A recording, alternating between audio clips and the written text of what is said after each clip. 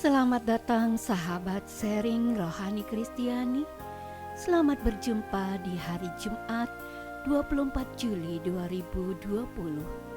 Semoga berkat Tuhan selalu menyertai kalian dimanapun kalian berada. Bagaimana keadaan sahabat sharing rohani Kristiani?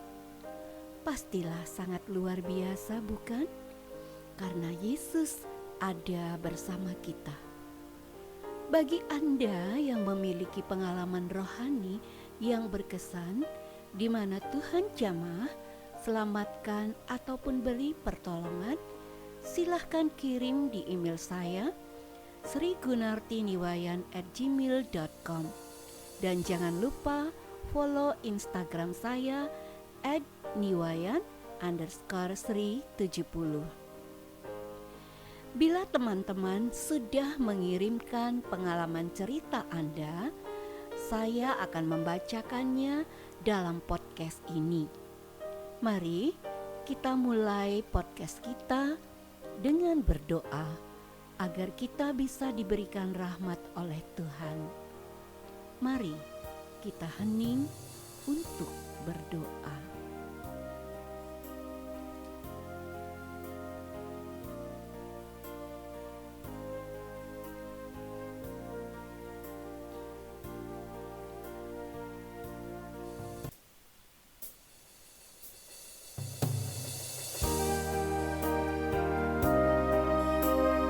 Dalam nama Bapa dan Putra dan Roh Kudus. Amin.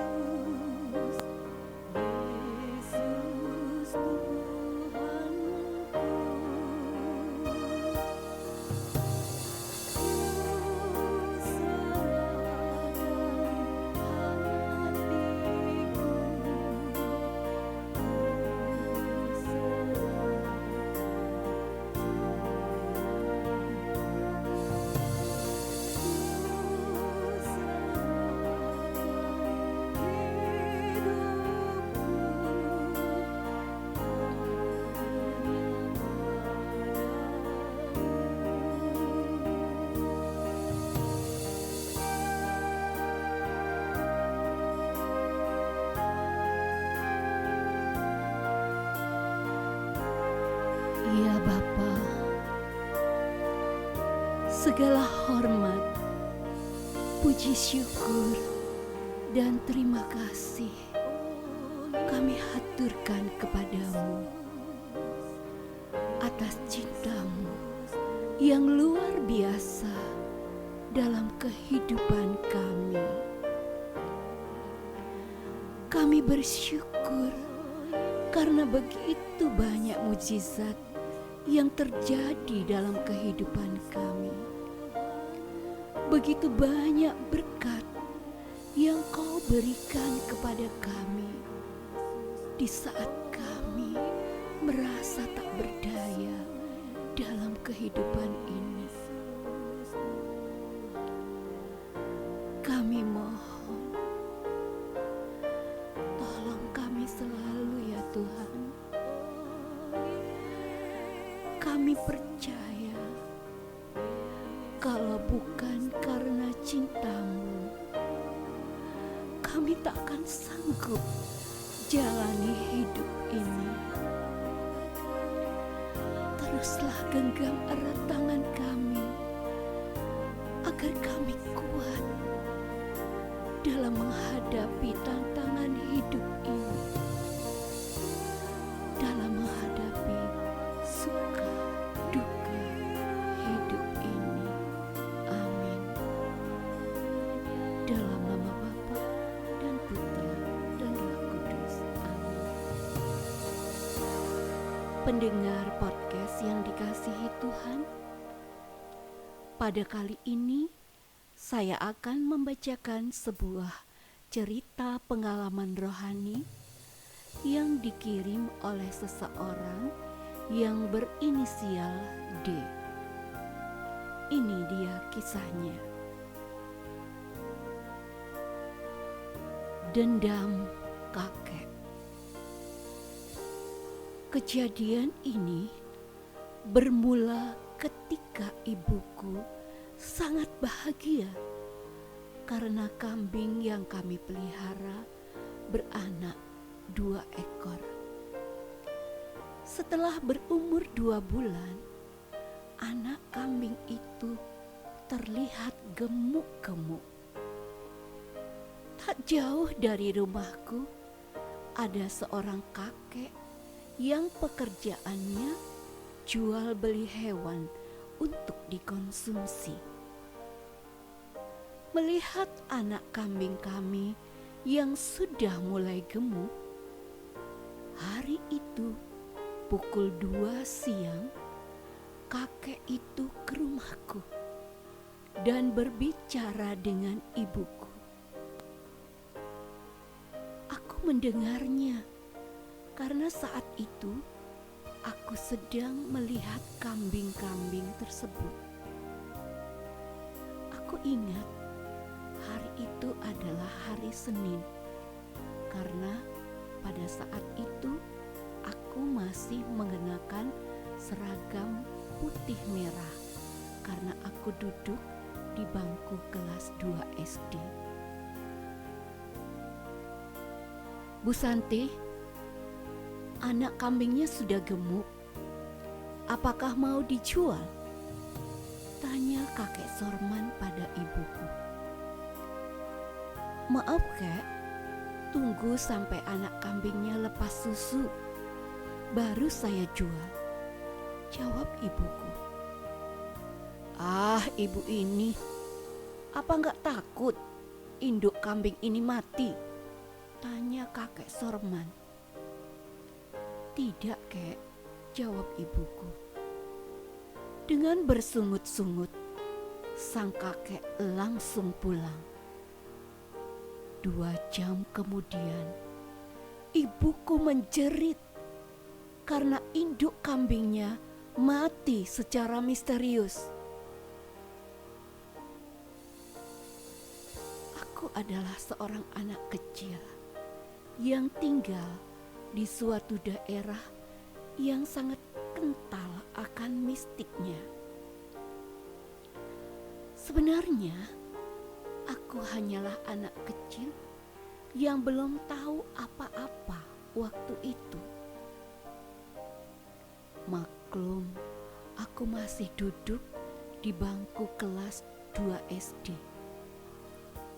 Hingga pada suatu hari, aku menemani ibuku berkunjung ke rumah kakek Sorman untuk menawarkan anak kambing yang induknya mati secara mendadak.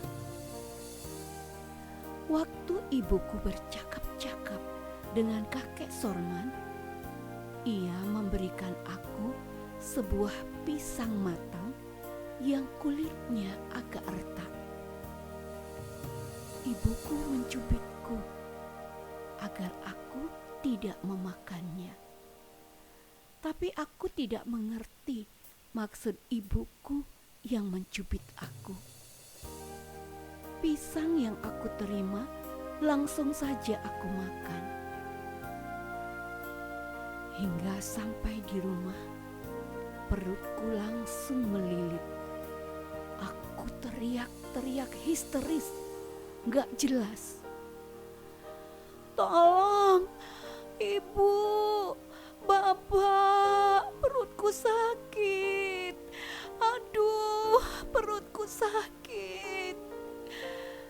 Karena saking sakitnya, aku terguling-guling di lantai. Karena tidak tega, bapak dan ibuku saat itu membawaku langsung ke rumah sakit dan dirawat inap. Seminggu kemudian, ketika aku masih dirawat di rumah sakit, dokter belum juga menemukan penyakitku. Dan aku masih tetap dalam kondisi sama. Perutku sakit melilit-lilit. Semakin hari, perutku semakin membesar. Aku ingat ayah dan ibuku yang bergantian menjagaku selalu berdoa rosario. Di dalam setiap doa ayah dan ibuku, namaku selalu disebut. Namun penyakitku tak kunjung sembuh. Hingga suatu saat Pak Deku berkunjung ke rumah sakit. Aku ingat sekali waktu itu adalah hari Minggu. Dan rencananya besoknya aku akan dioperasi.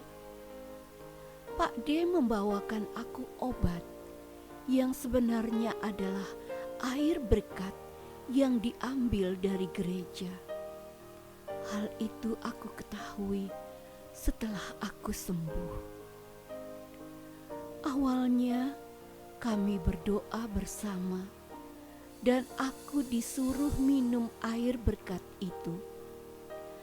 Karena kondisiku dalam keadaan sakit perut yang teramat sangat, tentu aku menolak meminum air yang dibawa Pak Deku. Aku gak mau, Pak D. Aku gak mau. Singkirkan air itu. Tapi Pak D merayuku dengan mendongengkan aku sebuah cerita.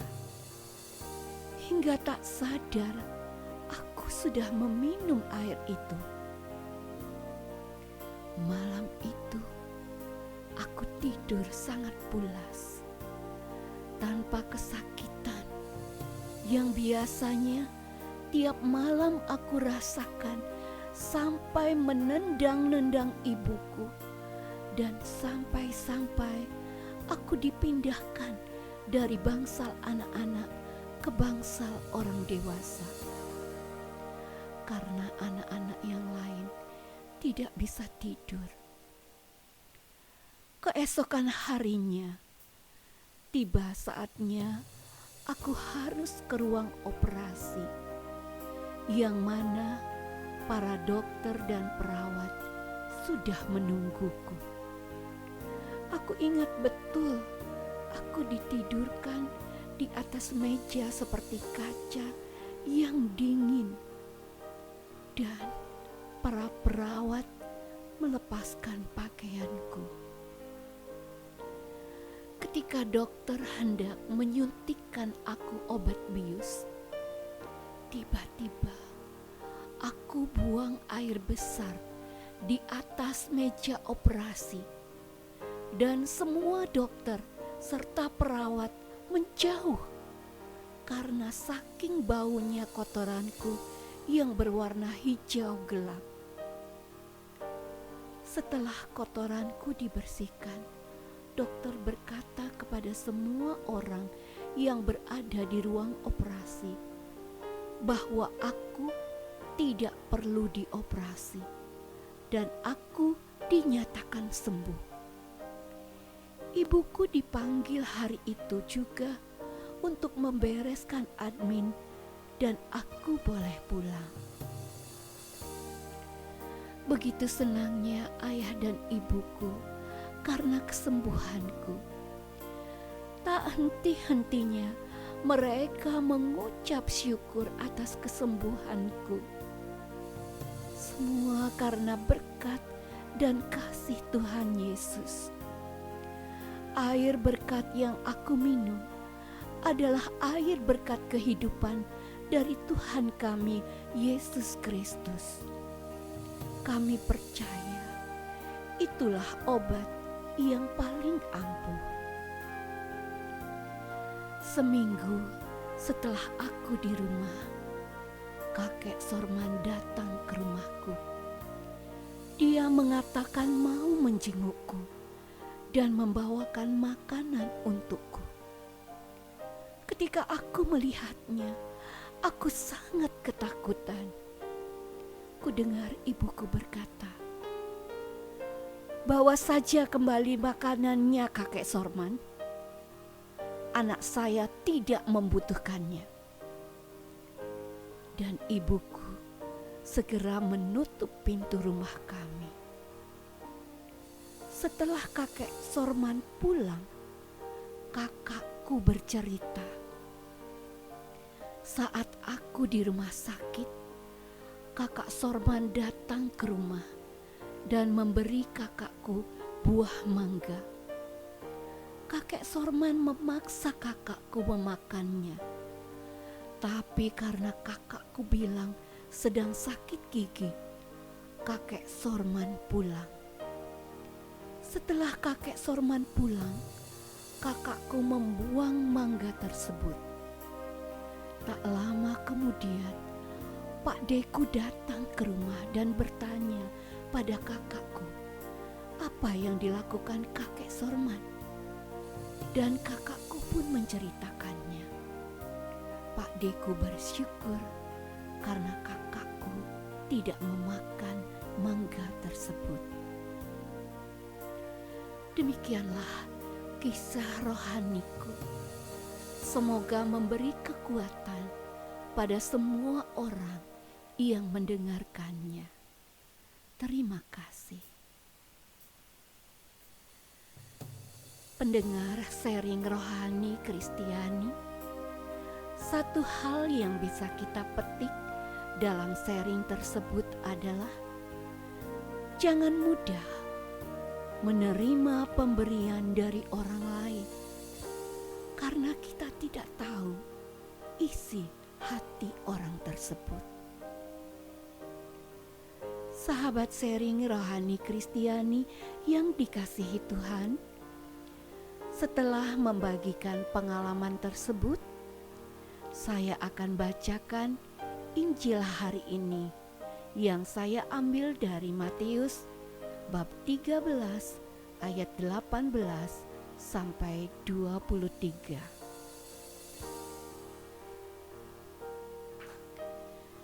Inilah Injil Yesus Kristus menurut Matius. Dimuliakanlah Tuhan. Karena itu, dengarlah arti perumpamaan penabur itu. Kepada setiap orang yang mendengar firman tentang kerajaan sorga, tetapi tidak mengertinya, datanglah si jahat dan merampas yang ditaburkan dalam hati orang itu. Itulah benih yang ditaburkan di pinggir jalan. Benih yang ditaburkan di tanah yang berbatu-batu ialah orang yang mendengarkan firman itu dan segera menerimanya dengan gembira. Tetapi ia tidak berakar dan tahan sebentar saja. Apabila datang penindasan atau penganiayaan karena firman itu, orang itu pun segera murtad. Yang ditaburkan di tengah semak duri ialah orang yang mendengarkan firman itu, lalu kekhawatiran dunia ini dan tipu daya kekayaan menghimpit firman itu sehingga tidak berbuah. Yang ditaburkan di tanah yang baik ialah orang yang mendengar firman itu dan mengerti, dan karena itu ia berbuah. Ada yang 100 kali lipat, ada yang 60 kali lipat, ada yang 30 kali lipat. Demikianlah firman Tuhan. Syukur kepada Allah. Pendengar, saya akan pilih satu perikop yang berkenan di hati kita. Kita akan membacanya berulang-ulang dan menjadi penyelamat dalam hidup kita. Yang ditabur di tanah yang baik ialah orang yang mendengar firman itu dan mengerti, dan karena itu ia berbuah. Ada yang 100 kali lipat, ada yang 60 kali lipat, ada yang 30 kali lipat. Yang ditabur di tanah yang baik ialah orang yang mendengar firman itu dan mengerti, dan karena itu ia berbuah. Ada yang 100 kali lipat, ada yang 60 kali lipat, ada yang 30 kali lipat. Yang ditaburkan di tanah yang baik ialah orang yang mendengar firman itu dan mengerti, dan karena itu ia berbuah. Ada yang 100 kali lipat, ada yang 60 kali lipat, ada yang 30 kali lipat. Yang ditaburkan di tanah yang baik ialah orang yang mendengar firman itu dan mengerti, dan karena itu ia berbuah. Ada yang 100 kali lipat, ada yang 60 kali lipat, ada yang 30 kali lipat. Sahabat sharing rohani Kristiani yang dikasihi Tuhan, mari kita akhiri podcast ini dengan doa penutup. Dalam nama Bapa dan Putra dan Roh Kudus. Amin. Ya Bapa, terima kasih atas sharing rohani dan firman-Mu yang boleh kami terima hari ini. Semoga menjadi sumber kekuatan iman dalam hidup kami. Berkatilah saudara kami D yang telah membagikan ceritanya kepada kami. Semoga Engkau memberikan dia rahmat kesehatan, rahmat kekuatan di dalam hidupnya dan di dalam mencintai Engkau. Sertai kami selalu ya Tuhan, agar dimanapun kami berada, Roh Kudus-Mu menjaga dan melindungi kami. Amin. Dalam nama Bapa dan Putra dan Roh Kudus. Amin. Demikianlah sahabat podcast sharing rohani Kristiani. Bagi Anda yang memiliki pengalaman rohani Kristiani, silahkan kirim di email saya. Semoga Tuhan selalu memberkati kita semua. Terima kasih.